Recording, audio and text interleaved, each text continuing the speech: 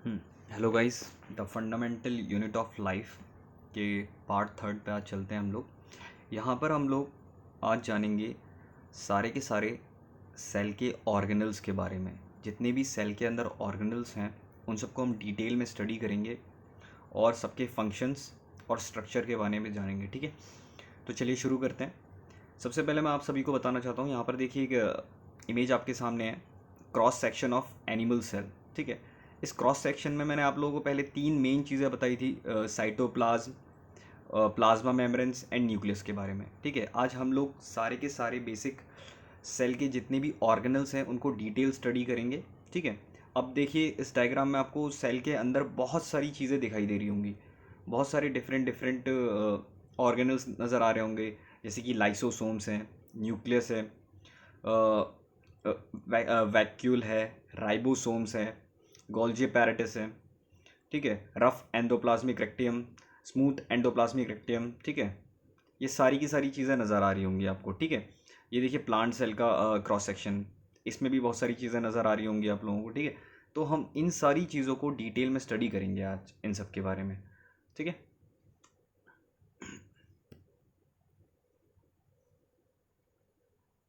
तो सबसे पहले हम लोग इसे पढ़ते हैं। Inside the cell there are different parts performing different activities to keep the cell alive, functionable, alive and functionable. ठीक है, सेल के अंदर जितने भी डिफरेंट डिफरेंट पार्ट्स हैं, डिफरेंट डिफरेंट ऑर्गेनल्स हैं, वो सब अलग अलग फंक्शंस करते हैं सेल को ज़िंदा रखने के लिए, सेल को एक तरीके से कार्य करने के लिए। सेल में जितने भी सारे काम होते हैं वो सेल को लाइव रखते हैं, और इन सबको क्या कहा जाता है? सेल ऑर्गेनल्स कहा जाता है। इन सबको हम डिटेल में अब पढ़ेंगे आगे। ठीक है, सबसे पहले यहाँ पर देखिए, इसको मैं बहुत अच्छी तरह इस तरीके से समझाता हूँ आपको, ऐसे समझना थोड़ा सा मे भी मुश्किल पड़े। तो यहाँ पर सेल के ना कुछ बहुत ही ज़्यादा, ये कुछ बहुत ही ज़्यादा इंपॉर्टेंट ऑर्गेनल्स के बारे में लिखा हुआ है। सबसे पहले देखिए एंडोप्लाज्मिक रेक्टिलम, दूसरा देखिए गोल्जी पैरेटिस। ठीक है, तीसरा लाइसोसोम्स, माइटोकॉन्ड्रिया, प्लास्टिड्स और वैक्यूल। वैसे तो बहुत सारे ऑर्गेनल्स और भी हैं, लेकिन ये वो सारे ऑर्गेनल्स हैं जो बहुत ही ज़्यादा इंपॉर्टेंट रोल प्ले करते हैं सेल के अंदर। ठीक है, हमें इन सब को डिटेल में स्टडी करना है आज। ठीक है, तो चलिए शुरू करते हैं। सबसे पहले देखिए यहाँ पर एंडोप्लाज्मिक रेक्टिकुलम का यहाँ पर देखिए स्ट्रक्चर दिखाया गया है। ठीक है, यहाँ पर जो एंडोप्लाज्मिक रेक्टिकुलम है जस्ट न्यूक्लियस के पास है। देखिए ज़रा यहाँ पर आप लोगों को दिखाता हूँ, ये जस्ट न्यूक्लियस के पास है। ठीक है, एक मिनट, ये देखिए, ये रहा हमारा न्यूक्लियस। ठीक है, ये न्यूक्लियस के जस्ट पास देखिए एंडोप्लाज्मिक रेक्टिकुलम है। यहाँ पर देखिए ट्यूबल्स एक स्ट्रक्चर है, डबल लेयर स्ट्रक्चर है, इसको हम लोग डिटेल में पढ़ते हैं। यहाँ पर देखिए एंडोप्लाज्मिक रेक्टिकुलम जो है हमारी, ये इसका स्ट्रक्चर हम लोग जानेंगे बहुत अच्छी तरह डिटेल में। सबसे पहले तो देखिए the endoplasmic reticulum, ER, is large network of membrane bound tubes and sheets. यहाँ पर देखिए,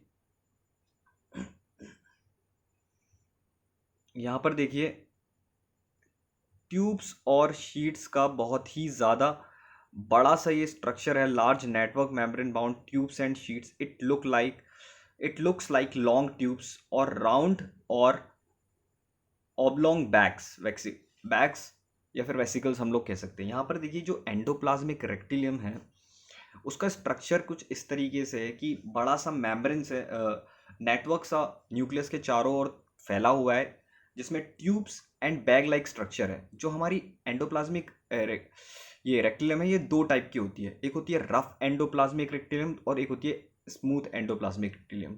ठीक है, ये जो रफ होती है, इस पर जो ये रफ किसकी वजह से है, यहाँ पर ये देखिए राइबोसोम्स चिपके हुए होते हैं।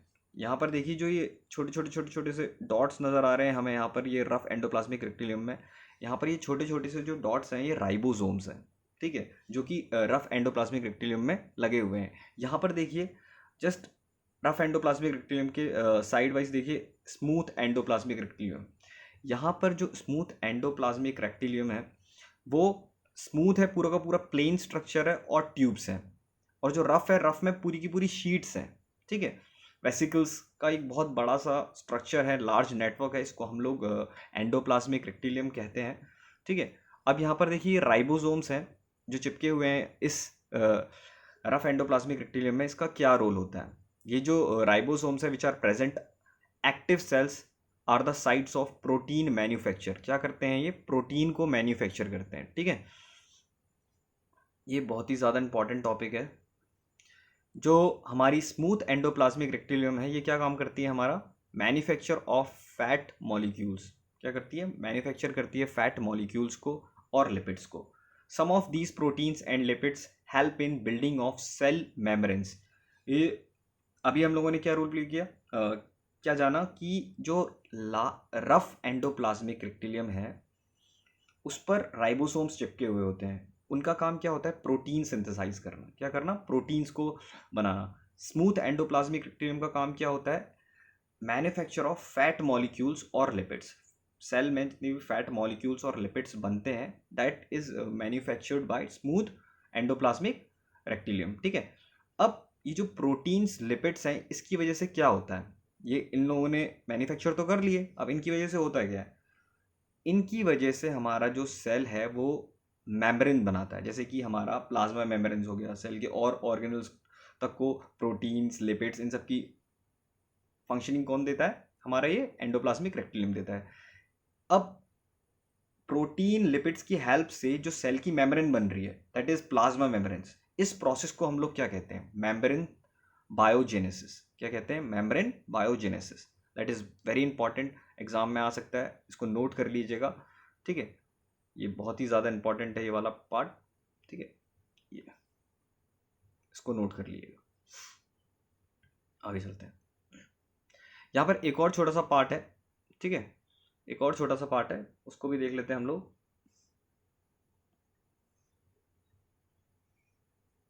ये देखिए लास्ट में लिखा हुआ है some other proteins and lipids function as enzyme as hormones.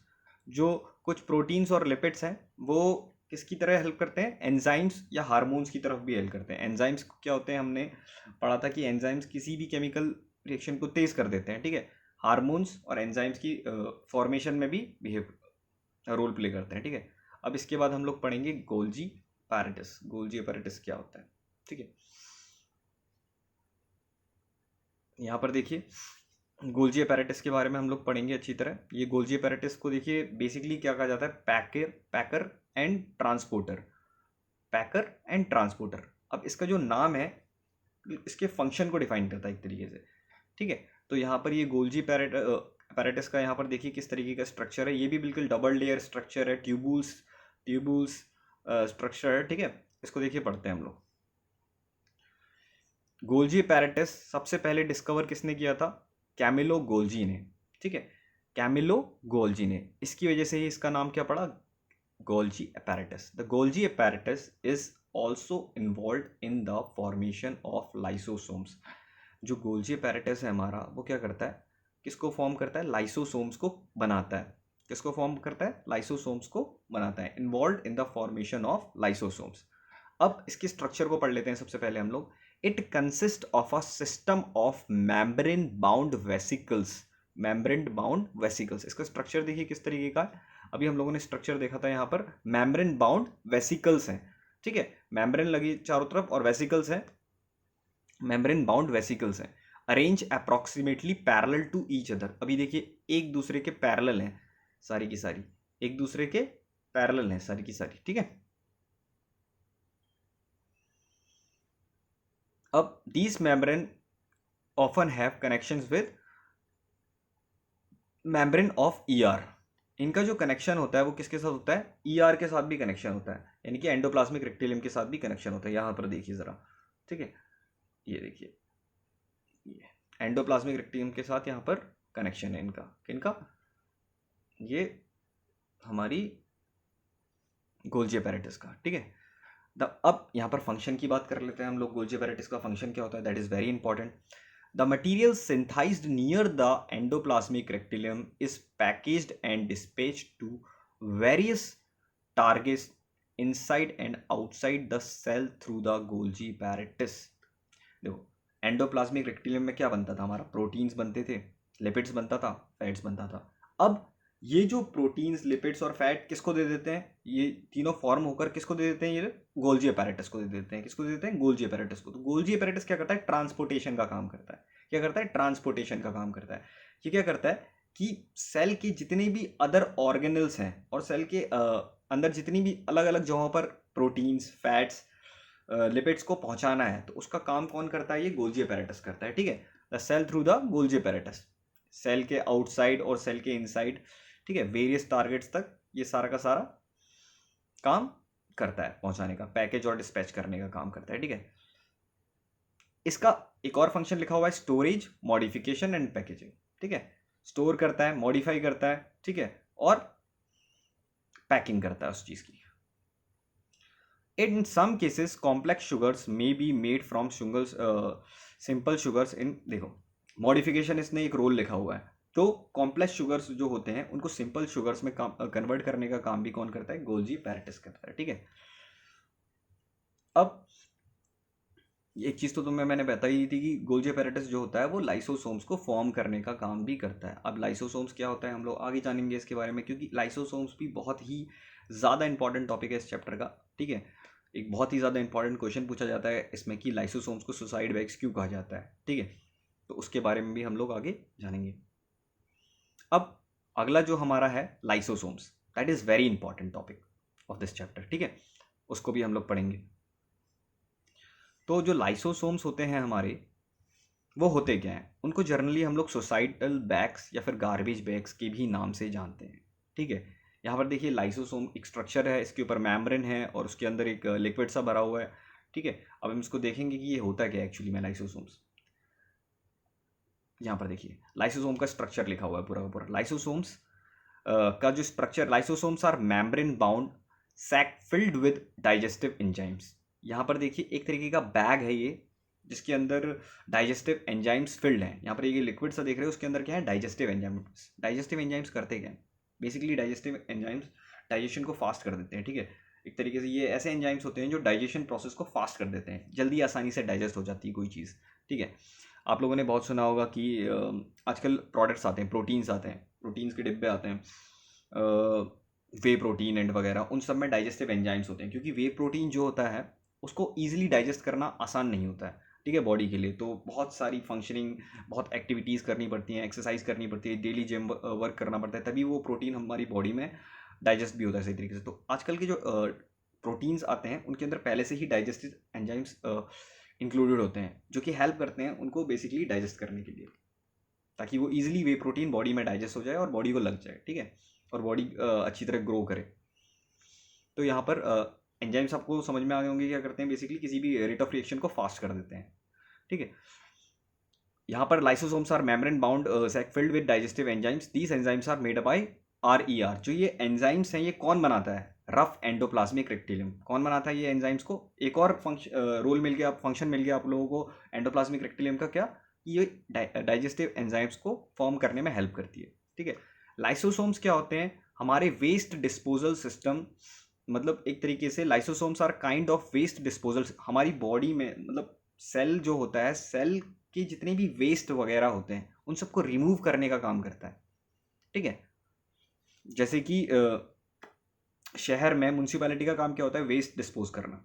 ठीक है, उसी तरीके से सेल के अंदर वेस्ट डिस्पोजल का काम कौन करता है, लाइसोसोम्स करते हैं। लाइसोसोम्स क्या करते हैं, सेल के अंदर कितना भी कचरा वगैरह कुछ भी ऐसी अनऑर्गेनाइज चीज़ आती है तो उसको डाइजेस्ट करने में हेल्प करते हैं, सेल से बाहर रिमूव करने में हेल्प करते हैं। ठीक है, lysosomes helps to keep the cell clean by digesting any foreign material, साफ साफ लिखा हुआ है, as well as worn out cell organelles. ठीक है, lysosomes break them up as they contain powerful digestive enzymes. ठीक है, क्योंकि फॉरेन मटेरियल्स को आसानी से ब्रेक और डाइजेस्ट कर लेते हैं, क्योंकि इनके पास ईजी डाइजेस्टिव एंजाइम्स होते हैं, स्ट्रॉन्ग, बहुत ही ज़्यादा स्ट्रॉन्ग डाइजेस्टिव एंजाइम्स होते हैं। अब कोई भी फॉरेन मटेरियल सेल के अंदर एंटर कर जाता है, बेकार की कोई चीज़ आ जाती है जो सेल के किसी मतलब की नहीं है, तो उसको क्या करेंगे, लाइसोसोम क्या करते हैं, उसको ईजिली डाइजेस्ट कर देते हैं, ब्रेक कर देते हैं, टुकड़ों में तोड़ देते हैं। ठीक है, एक बहुत ही ज़्यादा इंपॉर्टेंट क्वेश्चन आता है इस लाइसोसोम वाले टॉपिक से, that is why lysosomes are called suicidal bags. ठीक है, ये बहुत ही ज़्यादा इंपॉर्टेंट है, यहाँ पर देखिए क्या लिखा हुआ है,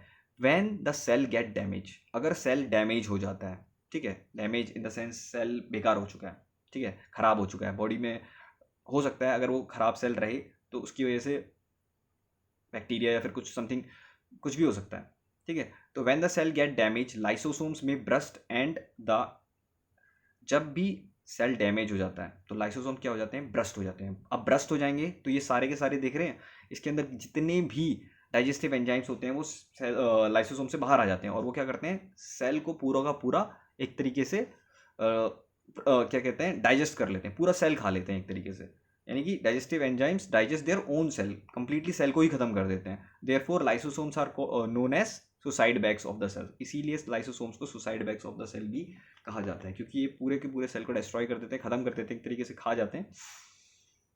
जब सेल की फंक्शनिंग खराब हो जाती है, सेल डैमेज हो जाता है, ठीक है, तो ये बहुत ही ज़्यादा इंपॉर्टेंट है, इसको ज़रूर पढ़िएगा। इसके बाद हम लोग आगे चलते हैं माइटोकॉन्ड्रिया में, इसके बाद हम लोग आगे चलते हैं, दैट इज माइटोकॉन्ड्रिया। इस टॉपिक से भी बहुत ही ज़्यादा इंपॉर्टेंट क्वेश्चन आता है, दैट इज कि what is the power house of the cell, कि सेल का जो पावर हाउस है वो कौन होता है, दैट इज माइटोकॉन्ड्रिया, ठीक है। तो ये बहुत ही ज़्यादा इंपॉर्टेंट क्वेश्चन आता है इसमें से भी। माइटोकॉन्ड्रिया को ही power house of the cell कहा जाता है, क्योंकि इसको हम लोग बेसिकली पूरा कंप्लीट पढ़ेंगे। यहाँ पर देखिए, mitochondria have two membrane covering instead of just once. यहाँ पर देखिए इसकी भी दो मेम्ब्रेन्स है, किसकी, माइटोकॉन्ड्रिया की भी यहाँ पर दो मेम्ब्रेन है, ठीक है। The outer membrane is very porous, outer membrane कैसी होती है, पोरस होती है, इसमें भी छोटे छोटे पोर्स होते हैं। While the inner membrane is deeply folded, यहाँ पर देखिए जो इनर मेम्ब्रेन है वो पूरी की पूरी क्या है, डीपली फोल्डेड है, ठीक है।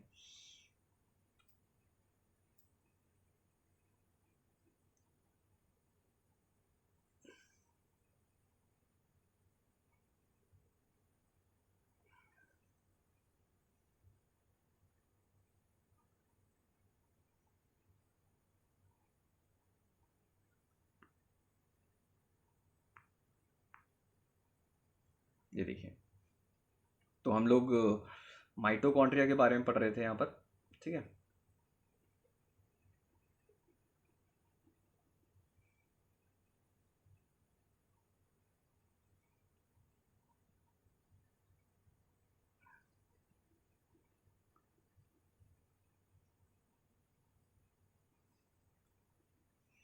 तो यहाँ पर हम लोग माइटोकॉन्ड्रिया के बारे में पढ़ रहे थे, ठीक है।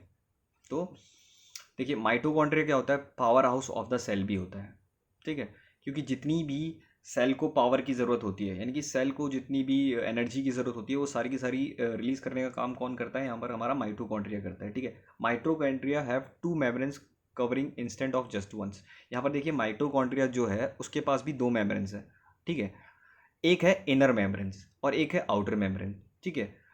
तो हमारी जो आउटर मेम्ब्रेन्स है दैट इज़ वेरी पोरस, यहाँ पर छोटे छोटे पोर्स होते हैं, इसके अंदर छोटे छोटे से पोर्स होते हैं, देखिए यहाँ पर, ठीक है, ये छोटे छोटे से पोर होते हैं इस जगह पर, ये लेयर पर, तो ये बहुत ही ज़्यादा इंपॉर्टेंट है। और इनर मेम्ब्रेन्स जो होती है जो डीपली फोल्डेड होती है, जो कि आप लोगों को स्ट्रक्चर में साफ साफ नज़र भी आ रही होगी, ठीक है। अब यहाँ पर mitochondria are also known as power house of the cell, ये तो मैं आपको बता ही चुका हूँ, ठीक है। अब यहाँ पर देखिए फंक्शन क्या होते हैं ये माइटोकॉन्ड्रिया के, the energy required for various chemical activities, जितनी भी केमिकल एक्टिविटीज़ सेल के अंदर होती हैं उन सब केमिकल एक्टिविटीज़ को परफॉर्म करने के लिए एनर्जी की रिक्वायरमेंट होती है, ठीक है।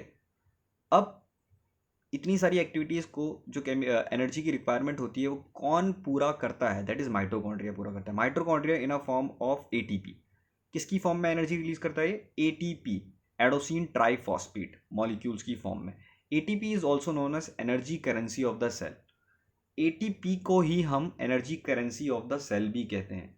किसकी फॉर्म में एनर्जी रिलीज करता है माइटोकॉन्ड्रिया, एटीपी। बहुत ही इंपॉर्टेंट क्वेश्चन बनता है यहाँ पर से कि किस फॉर्म में एनर्जी रिलीज करता है माइटोकॉन्ड्रिया बेसिक सारी एक्टिविटीज़ के लिए जो कि सेल के अंदर परफॉर्म होती हैं, ठीक है। Mitochondria are strange organelles, mitochondria are strange organelles in the sense of that they have their own DNA and ribosomes. Mitochondria ऐसा ऑर्गेनल है जिसके पास अपना खुद का डीएनए और राइबोसोम्स होते हैं, Therefore mitochondria are able to make some of their own proteins,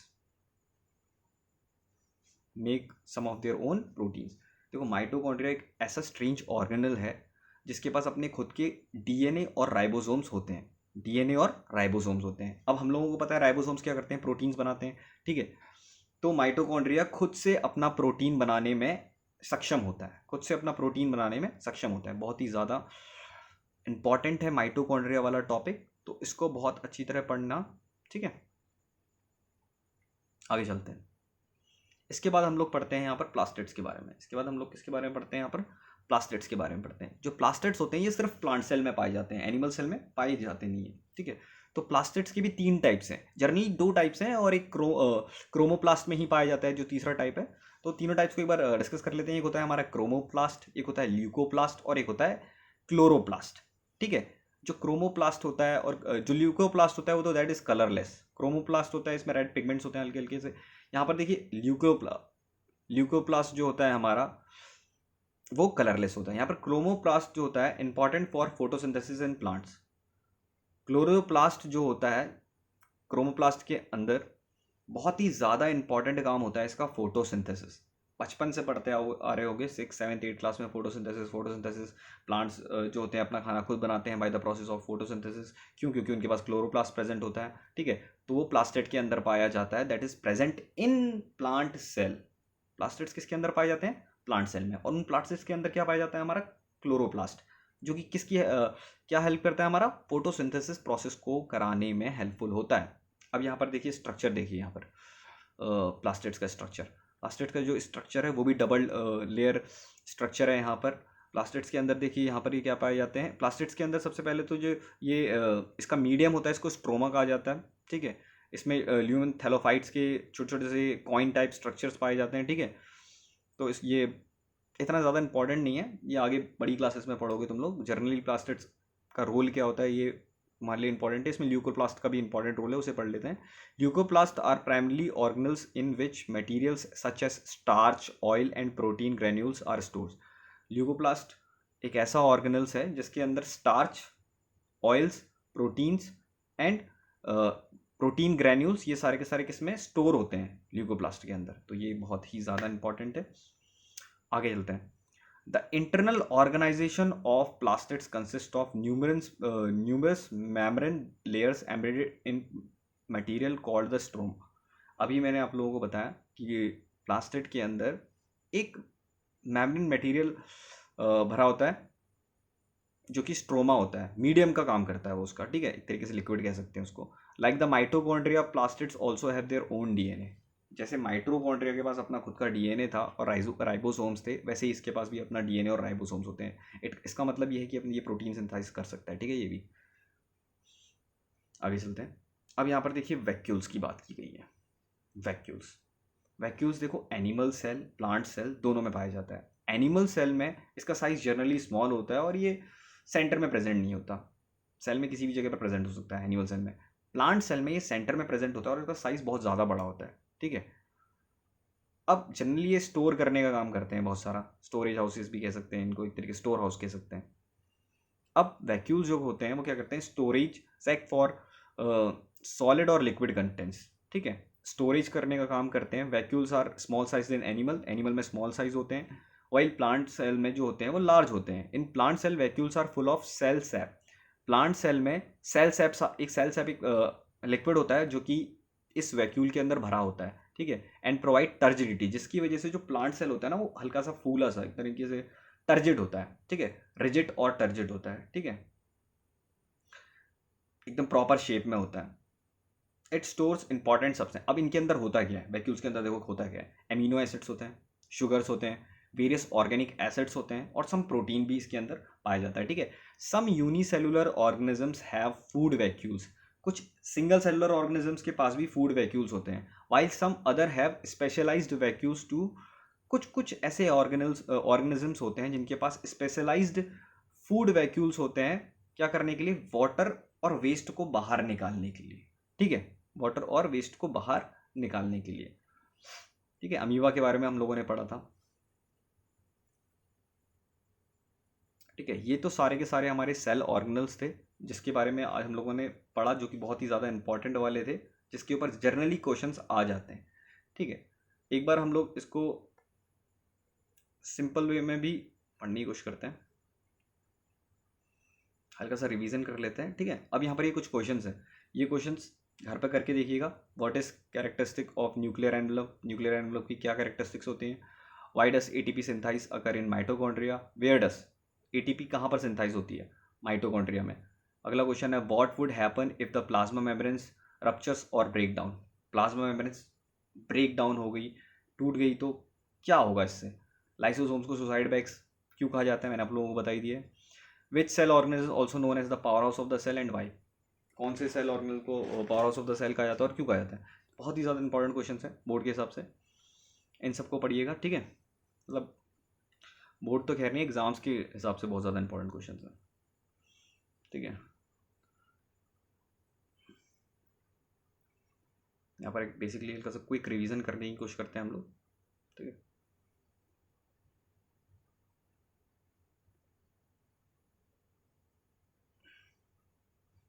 तो यहाँ पर देखिए सेल ऑर्गेनल्स के बारे में मैंने आप लोगों को बताया ही था। यहाँ पर गोल्जी अपैरेटस के बारे में लिखा हुआ है। Golgi apparatus consist of a set of membrane bound fluid filled vesicles. ठीक है, इनका फंक्शन देखिए मेनली क्या है, store, modify, package and dispatch of the substance. जैसे कि आप लोगों को बताया था कि इसका काम क्या होता है, स्टोर करना, मॉडिफाई करना। ठीक है, पैकेज एंड डिस्पेसेबल सिस्टम, डिस्पैच करना। ठीक है, गोल्जी अपैरेटस से जितना भी मटेरियल इसको मिलता था, ये क्या करता था, डिस्पैच एंड पैक करने का काम करता था, कुछ कुछ को मॉडिफाई करने का काम भी करता था। अभी हम लोगों ने पढ़ा था synthesis of cell wall, cell wall को बनाने का काम, प्लाज्मा मेम्ब्रेन्स एंड लाइसोसोम्स बनाने का काम भी इसका होता है। ठीक है, फंक्शंस में गोल्जी अपैरेटस का। यहाँ पर सीधे सीधे हम लोग फंक्शंस का क्विक रिवीजन करेंगे, बाकी स्ट्रक्चर्स को हम लोग पढ़ चुके हैं। ठीक है, यहाँ पर एंडोप्लाज्मिक रेक्टिलियम के बारे में हम लोगों ने पढ़ा था। इसकी देखिए फंक्शंस क्या होते हैं, it give internal support to the cell. Endoplasmic reticulum क्या करती थी, इंटरनल सपोर्ट देता था। It helps in transport of various substances from nuclear membranes में जितने भी सब्सटेंस बनते थे उनको ट्रांसपोर्ट करने का काम भी ये हमारी एंडोप्लाज्मिक रेक्टिलियम करती थी। ठीक है, RER helps in synthesis of transportation of proteins. RER में हम लोगों ने देखा था कि राइबोसोम्स प्रेजेंट होते हैं। ठीक है, जिसकी वजह से ये प्रोटीन्स बनाने में हेल्पफुल होते हैं। SER का काम क्या होता था, ट्रांसपोर्ट ऑफ लिपिड्स, फैट्स। अब यहाँ पर राइबोसोम्स के बारे में लिखा हुआ है। राइबोसोम्स क्या होते हैं, दीज आर बहुत छोटे छोटे से डेंस स्पेरिकल बॉडीज होती है, जो कि किसके पास होती है, एंडोप्लाज्मिक रफ एंडोप्लाज्मिक रेक्टिलियम के पास होती है। पता है कि ये प्रोटीन को सिंथाइज करती थी, पढ़ा था हम लोगों ने। यहाँ पर माइटोकॉन्ड्रिया के बारे में पढ़ा था हम लोगों ने, power house of the cell भी कहा जाता है इसको। स्मॉल रॉड शेप्ड ऑर्गेनल है, डबल मेम्ब्रेन स्ट्रक्चर होता है इसका। ठीक है, structure with outer membranes with smooth and porous whereas internal membranes being thrown into the number of fold, अंदर से फोल्डेड होती है, बाहर से पोरस होती है, पढ़ा था हम लोगों ने। कंटेन, इसके पास अपना खुद का DNA और राइबोसोम्स होते हैं, जिसकी वजह से ये प्रोटीन सिंथाइज कर लेती थी, ये भी पढ़ा था हम लोगों ने। They are also absent in bacteria and red, ये किस में एब्सेंट होती है, bacteria, red blood cells of mammals, उनके अंदर ये माइटोकॉन्ड्रिया नहीं पाया जाता है। इंपॉर्टेंट चीज़ है, नोट कर लीजिएगा, ये पहले मैंने आपको नहीं बताया था। They are absent in bacteria and red blood cell, bacteria और रेड ब्लड सेल में माइटोकॉन्ड्रिया नहीं पाया जाता है। ठीक है, फंक्शन क्या होता है देखो यहाँ पर, बहुत ही ज़्यादा इंपॉर्टेंट है ये। They are sites of cellular respiration, जितनी भी सेलुलर रेस्पिरेशन होती है वो किस में होती है, माइटोकॉन्ड्रिया में होती है। ठीक है, अब सेलुलर रेस्पिरेशन से ही हमें ATP एनर्जी मिलती है। ठीक है, ये हम लोगों ने पढ़ा था। They stored energy releases during reactions in the form of ATP, energy currency of the cell भी कहा जाता था, पढ़ा था। Power house of the cell इसीलिए कहा जाता है इसको। ठीक है, ये सब हम बाद में पढ़ेंगे। प्लास्टिड्स के बारे में पढ़ा था हम लोगों ने। प्लास्टिड्स किस में पाए जाते हैं, प्लांट सेल में पाए जाते हैं generally. They are usually spherical और स्पेरिकल होते हैं, discoidal shaped, double membranes bound organelle हैं। ठीक है, दे आर, इनके पास भी खुद का DNA और राइबोसोम्स होते हैं प्रेजेंट। 3 तरीके के होते हैं, पढ़ा था हम लोगों ने, क्लोरोप्लास्ट, क्रोमोप्लास्ट और ल्यूकोप्लास्ट। यहाँ पर देखो ल्यूकोप्लास्ट, यहाँ पर क्लोरोप्लास्ट के बारे में लिखा हुआ है। These are green coloured plastids containing chlorophyll. Chloroplast के बारे में पढ़ा था हम लोगों ने कि इसके पास क्लोरोफिल होता है, जिसकी वजह से हम लोग फोटोसिंथेसिस कर पाते हैं। यहाँ पर क्रोमोप्लास्ट के बारे में लिखा है, these are the colourful except green colour. Green colour के अलावा इसके पास और कलर जैसे रेड हो सकता है, मैंने बताया था आप लोग। ल्यूकोप्लास्ट कलरलेस होते हैं, ठीक है, दे आर कलरलेस प्लास्टिड्स होते हैं। फंक्शन हम लोगों ने पढ़ा ही था। क्रोमोप्लास्ट ट्रैप करते हैं, क्लोरोप्लास्ट ट्रैप करते हैं सोलर एनर्जी, जिसकी वजह से मैन्युफैक्चर होता है प्लांट का फूड। कौन सी प्रोसेस से? फोटोसिंथेसिस से।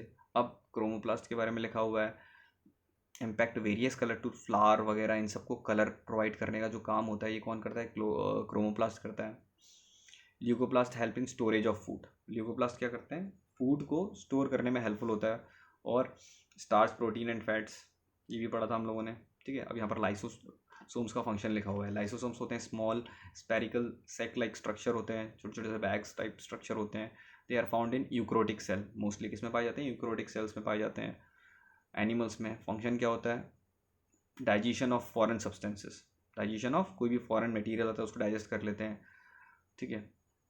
बैक्टीरियल एंड वायरस कोई भी अगर बॉडी के अंदर आ रहा है तो उसको ट्रैप करके उसको ख़त्म करने की कोशिश करेंगे, ठीक है, डाइजेस्ट करने की कोशिश करेंगे। दे हेल्प इन सेल को क्लीन करने में हेल्प करते हैं। एक बहुत ही ज़्यादा इंपॉर्टेंट फंक्शन था इसका हम लोगों ने जो कि पढ़ा था, during the disturbance of cellular metabolism.